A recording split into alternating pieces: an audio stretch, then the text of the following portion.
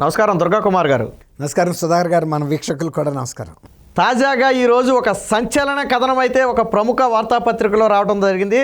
జగన్మోహన్ రెడ్డి న్యాయ వ్యవస్థను మేనేజ్ చేసే ప్రయత్నంలో అడ్డంగా దొరికిపోయినట్టుగా ఆ కథ యొక్క సారాంశం. చూసే ఉండుంటారు, ఒక ఏపీకి చెందిన న్యాయమూర్తికి 2 కోట్ల రూపాయల విలువైన వజ్రాల వాచ్ని గిఫ్ట్గా ఇచ్చే ప్రయత్నం చేశాడు. బట్ ఆ న్యాయమూర్తి దాన్ని తిరస్కరించడం కూడా అది వేరే విషయం అని జరుగుతుంది. అంటే ఇప్పటి వరకు ఒక అనుమానం ఉంది, జగన్మోహన్ రెడ్డి కేసులు ఎందుకు ఇలా సాగుతున్నాయి అంటే వ్యవస్థను మేనేజ్ చేయడం అని చెప్పి వాదనలు ఉన్నాయి. సో దీన్ని బట్టి అది నిజమని నమ్మే అవకాశం ఉందంటారా? 100కి 200% అండి. అక్కడ ఇన్వాల్వ్ అయింది ఎవరండి? ఈ టీటీడీ ఎగ్జిక్యూటివ్ ఈవో ధర్మారెడ్డి గారు, ఇంకొక ఆయన రాజ్యసభ మెంబరు ప్రభాకర్ రెడ్డి గారు. ఇంతకుముందు ఒక చిన్న ఎగ్జాంపుల్ చెప్తాం మీకు. ఇదే ధర్మారెడ్డి గారు రఘురామరాజు గారిని సిఐడి పోలీసులు, ఆంధ్రప్రదేశ్ సిఐడి పోలీసులు టార్చర్ పెట్టిన కేసులో ఆ గుంటూరులో మెడికల్ టీము ట్రీట్మెంట్ చేసి అది ఎలర్జీతో వచ్చినాయి తప్ప లాఠీ దెబ్బలతో కాదని చెప్పారు. తర్వాత ఆయన ట్రీట్మెంట్ని కూడా అక్కడ కొనసాగించవద్దు, నాకు వేరే సాటకు పంపమన్నాడు, వేరే రాష్ట్రానికి. అప్పుడు గౌరవ హైకోర్టు, ఆంధ్రప్రదేశ్ హైకోర్టు ఆయన్ని ఆర్మీ హాస్పిటల్ సికింద్రాబాద్కి రిఫర్ చేసిందండి. అంటే ఉన్నంతలో ఆర్మీ హాస్పిటల్లో పక్క స్టేట్ తెలంగాణలోనే ఉన్నాయి అంత పెద్ద హాస్పిటల్స్. అప్పుడు అది సరైన నివేదిక రావాలి, నిష్పాక్షమైన నివేదికని ఇక్కడ పంపిస్తే కూడా సిఐడి పోలీసులు అదే హాస్పిటల్ ఆవరణలో తిరిగారండి. ఆయన ఎప్పుడు డిశ్చార్జ్ అయితే అప్పుడు అరెస్ట్ చేస్తామని. ఇక్కడ మిలిటరీ డాక్టర్స్ని కూడా మేనేజ్ చేసి గుంటూరులో మెడికల్ టీం ఏదైతే ఇచ్చిందో గవర్నమెంట్ హాస్పిటల్లో అలాంటి నివేదిక ఇప్పించడానికి ధర్మారెడ్డి గారిని ఉపయోగించారు. ఇక్కడ హాస్పిటల్లో కెప్టెన్, ఆయన చాలా మేజర్ అయి ఉంటాడు, ఆయన టాప్ డాక్టర్ని మేనేజ్ చేయడానికి. ఈయనకి ఎట్లా అంటే ధర్మారెడ్డి గారు Indian defence estates service, IDES అంటారండి. డిఫెన్స్ ల్యాండ్స్ని ప్రొటెక్ట్ చేయటం కోసం ఒక సర్వీస్ ఉంది. వీళ్ళు ఆ కంటోన్మెంట్కి స్పెషల్ ఆఫీసర్గా ఉంటారనమాట. అట్లాంటి పోస్టులో పనిచేయటం వలన ఢిల్లీలోనూ అక్కడ ఈయనకి ఆర్మీ డిపార్ట్మెంట్నే కదా వచ్చింది ఈయన.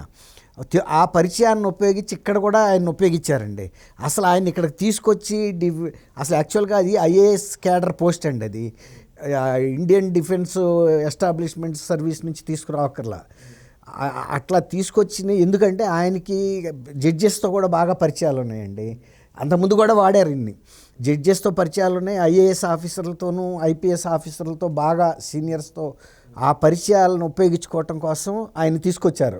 అందుకే ఈయన్ని అది ఆయన పూర్తి ఎగ్జిక్యూటివ్ ఆఫీసర్ కూడా కాదండి, అడిషనల్ నెక్స్ట్ క్యాడర్లో పెట్టారు. కానీ తర్వాత ఇప్పుడు రెగ్యులరైజ్ కూడా చేశారు దాన్ని, ఆ పోస్ట్ని. ఇంకోటి ఏంటంటే ఈయన గతంలో కూడా ఈ జ్యుడిషియరీని చేయటానికి, ఇన్ఫ్లుయెన్స్ చేయడానికి ప్రయత్నించాడని కూడా బయటకు వచ్చినాయండి వార్తలు. ఇప్పుడు ఇది ఇంకా అథెంటిక్గా వచ్చింది. ఇక్కడ మనం చెప్పుకోవాల్సింది ఏంటంటే ఆయన ఇంకొక పని కూడా చేశాడండి. సుప్రీంకోర్టు చీఫ్ జస్టిస్ని CBI చీఫ్, అంటే దాన్ని ఏమంటారంటే CBI చీఫ్ని డైరెక్టర్ ఆఫ్ CBI, ఆ డైరెక్టర్ పోస్ట్లో ఉన్న వ్యక్తుల్ని ఈయన ఏమని అడిగాడంటే, మీరు కానీ మీ కుటుంబ సభ్యులు కానీ మీకు బాగా సన్నిహితులు కానీ మిత్రులు శ్రేయభిలాషులు ఎవరన్నా ఉంటే చెప్పండి, వాళ్ళని TTD బోర్డులో వేస్తానని చెప్పే ఒక తాయిలం, అంటే వాళ్ళని ప్లీజ్ చేయటానికి అది కూడా ఉపయోగించాడండి. ఎవరన్నా ఆ స్థాయి వాళ్ళని అడుగుతారండి, ఇప్పుడు మీరు ఎవరిని వేసుకుంటారు, వాళ్ళ గురించి మీకెందుకు, వాళ్ళు వచ్చి అడిగితే కదా మిమ్మల్ని, వాళ్ళేం అడగలేదు కదా. కానీ వాళ్ళని గ్రిప్లో పెట్టుకోవటానికి, దాని మూలనే ఇప్పుడు ప్రజల్లో అనుమానం ఏంటంటే 10 ఏళ్ల నుంచి ఈ కేసులు ఇట్లా విచారణకే రాపోవటం, వేల సార్లు వాయిదాలు పడ్డా కోర్టుకి వెళ్ళకపోయినా ఏమీ అంటలేదు అంటే కూడా ప్రజల్లో చాలా చాలా అనుమానాలు ఉన్నాయండి. తర్వాత బెయిల్ మీద ఉండి 10 ఏళ్ల నుంచి కూడా ఒక ముఖ్యమంత్రి పదవి 5 ఏళ్లలో కూడా ఆయన కదిపినాడు లేడు. అసలు బెయిల్ పిటిషన్ అది అడగాలి కదండి, మీరు ఇచ్చిన బెయిల్ని క్యాన్సిల్ చేయమని దర్యాప్తు సంస్థ CBI అడగాలి కదా. అట్లా అడగట్లేదు అంటే ఏ స్థాయిలో మేనేజ్ అవుతుంది అనేది ప్రజల్లో చాలా అనుమానాలు ఉన్నాయి. దాన్ని బలపరిచే విధంగా ఇవాళ వచ్చింది. ఆయనకి 2 కోట్లు అంటే నథింగ్ అండి. ఆయనకి ఇప్పుడు ఆయన చీఫ్ మినిస్టర్ కాకముందే కొన్ని వేల కోట్ల దర్యాప్తు సంస్థల జప్తులో ఉన్నాయి ఆస్తులు. అంటే ఏ స్థాయి మనిషో మీరు ఆలోచించుకోండి.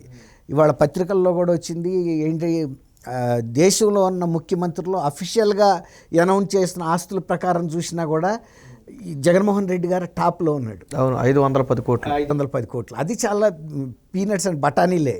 అసలు యాక్చువల్ ఆస్తుల ముందు అవి నథింగ్. అంటే నేను ఎందుకు చెబుతున్నా అంటే ఇప్పుడు బంజారా హిల్స్ రోడ్ నెంబర్ 3లో రాజశేఖర రెడ్డి గారు చీఫ్ మినిస్టర్ అవ్వకముందు ఆయనకు ఒక ఇల్లు ఉండేది. దానికి ల్యాండ్కి సంబంధించి కూడా చాలా పెద్ద ఒక అడ్డంకి ఉండేది ప్రభుత్వంలో. అయితే అది ఆ అడ్డంకి తొలగించుకోలేక చాలా అది అట్లాగే ఉంచాడు. తర్వాత దాన్ని ఆయన ఇల్లు కూడా కట్టుకునే పరిస్థితి. అప్పుడు ఆర్థికంగా ఏంటంటే అందరు చీఫ్ మినిస్టర్లతోనూ ఈయన వ్యతిరేకంగా పోరాడేవాడు. దాంతో ఈయన ఆర్థిక మూలాలను వాళ్ళు దెబ్బతీశారు. దాంతో ఆయన డెవలప్మెంట్కి ఇచ్చేశాడు ఇల్లుని. ఈ డెవలప్మెంట్కి ఇచ్చి వాళ్ళు కడతా ఉండగా బెంగళూరు సంస్థ ఈయన చీఫ్ మినిస్టర్ అయిపోయేటప్పటికి ఆయన వాళ్ళకి డబ్బులు ఇచ్చేసి పంపించేసి అప్పుడు దాన్ని వాళ్ళు పూర్తిగా తీసుకున్నారు. అంటే ఆ పరిస్థితి. అంటే తినటానికి ఉండటానికి లేదని కాదు, కానీ ఆర్థికంగా ఇబ్బందులను ఉన్నాడు. ఆయన పాదయాత్ర చేసినప్పుడు కూడా లగడపాటి రాజగోపాల్ గారు ఆర్థికంగా మొత్తం ఆదుకుంది ఆయన రాజశేఖర రెడ్డి గారికి. ఎందుకంటే రాజశేఖర రెడ్డి గారు అంటే అట్లా అభిమానం ఉండేది అక్రాస్ ద సొసైటీ. ఈ క్యాస్ట్ ఆ క్యాస్ట్ అని కాదు. రాజశేఖర రెడ్డి గారిని ఎవరు కులదృష్టితో చూసేవాళ్ళు కాదు. రాజశేఖర రెడ్డి గారు కూడా ఇతరుల కులదృష్టితో చూసేవాడు కాదండి. ఒక స్నేహభావంతో ఉండేవాడు, ఒక సోదరభావంతో. అట్లా ఆయన చీఫ్ మినిస్టర్ అవ్వాలని ఆయన అభిమానిగా లగడపాటి గారు పెట్టాడు. అది అందరికీ తెలుసు పార్టీలో. ఆయన ఆ కార్యక్రమం అంతా కూడా ఆయన ఒంటి చేతి మీద నడిపాడు. ఇప్పుడు ఈయన డబ్బులు ఇవాళ విపరీతంగా ఇది వచ్చేటప్పటికి ఎట్లాంటి వాళ్ళనైనా మనం మేనేజ్ చేయొచ్చు అనే ఒక ప్రయత్నమే విఫల ప్రయత్నం అండి అది. జడ్జెస్లో ఇక్కడ సీనియర్స్ ఎవరైతే ఉన్నారో ఇప్పుడు ఆంధ్రప్రదేశ్ కోర్టులో వీళ్ళ మీద దృష్టి సారించారండి. ఏంటి వీళ్ళు నెక్స్ట్ 1 ఇయర్లో కూడా లాస్ట్ రిటైర్మెంట్కి ముందు 1 ఇయర్ 1.5 ఇయర్ ముందు సుప్రీంకోర్టు జడ్జీలుగా ప్రమోట్ అవుతారండి చాలామంది. అందువల్ల రేపు సుప్రీంకోర్టులో ఉంటే ఈయన కేసెస్ పనికొస్తుందనే ఉద్దేశం మీద అంటే మొదటి నుంచే అంటే చిన్నప్పుడు నుంచే పిల్లల్ని కనుక జిమ్నాస్టిక్స్గా తయారు చేస్తారు చూసారా, అలా ఇప్పుడు హైకోర్టు మీద ఉన్న గౌరవ న్యాయమూర్తులను కొంతమందిని దృష్టిలో పెట్టుకుని ఆ ప్రయత్నాలు చేశారు.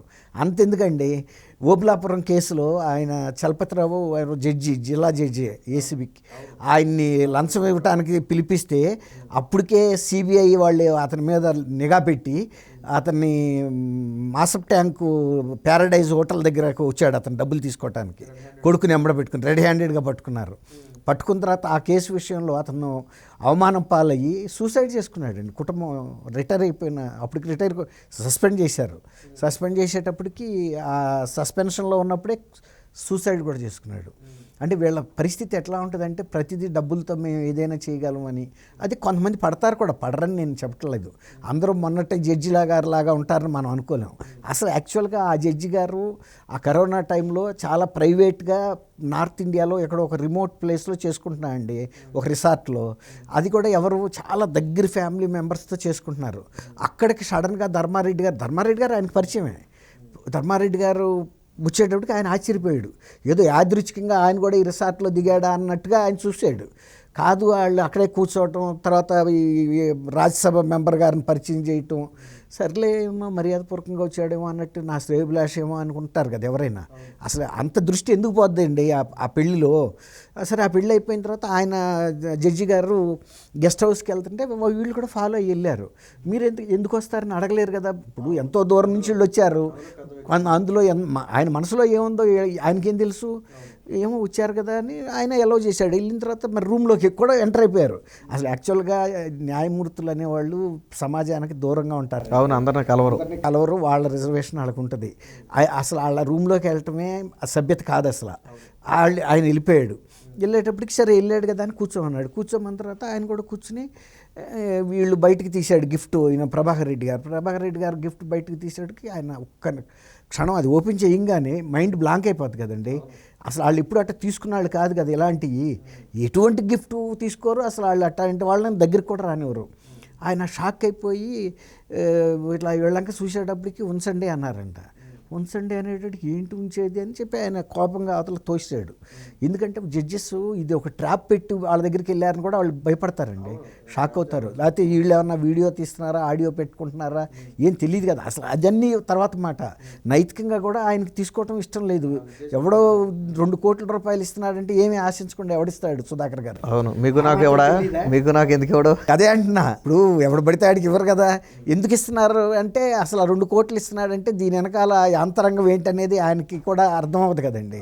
వెంటనే తోసేసి ఆయన ఇంకోటి ఏంటంటే ఆయన జడ్జి కాబట్టి ఇదేదో నా మీద జరిగిన ఒక రెక్కీలాగా ఫీల్ అయ్యి అదేదో మీడియా వాళ్ళు చేస్తారు చూసారా అట్లా రేపు బ్లాక్మెయిల్ చేయొచ్చు దాన్ని అడ్డం పెట్టుకుని అని ఆయన వెంటనే ఏం చేశారంటే సుప్రీంకోర్టు చీఫ్ జస్టిస్ గారికి ఫలానా రోజు ఫలానా వ్యక్తులు నా దగ్గరికి వచ్చారు, మా అబ్బాయి పెళ్లి సందర్భంగా నా రూమ్లో కూడా ఎంటర్ అయ్యి ఇలాంటి గిఫ్ట్ ఒకటి ఇవ్వబోయారు, నేను తిరస్కరించాను, వారిని మందలిచ్చి బయటికి పంపించేశాను, కాబట్టి దీన్ని నేను మీ దృష్టికి తీసుకొస్తున్నాను, దీని మీద తగిన విచారణ చేసి మీరు చర్యలు తీసుకోవాలని. ఎందుకంటే ఒక సుప్రీం జడ్జి గారు కదండి ఆయన. అవును, కాబట్టి ఎందుకైనా మంచిదని సుప్రీంకోర్టుకి ఇన్ఫామ్ చేశారు.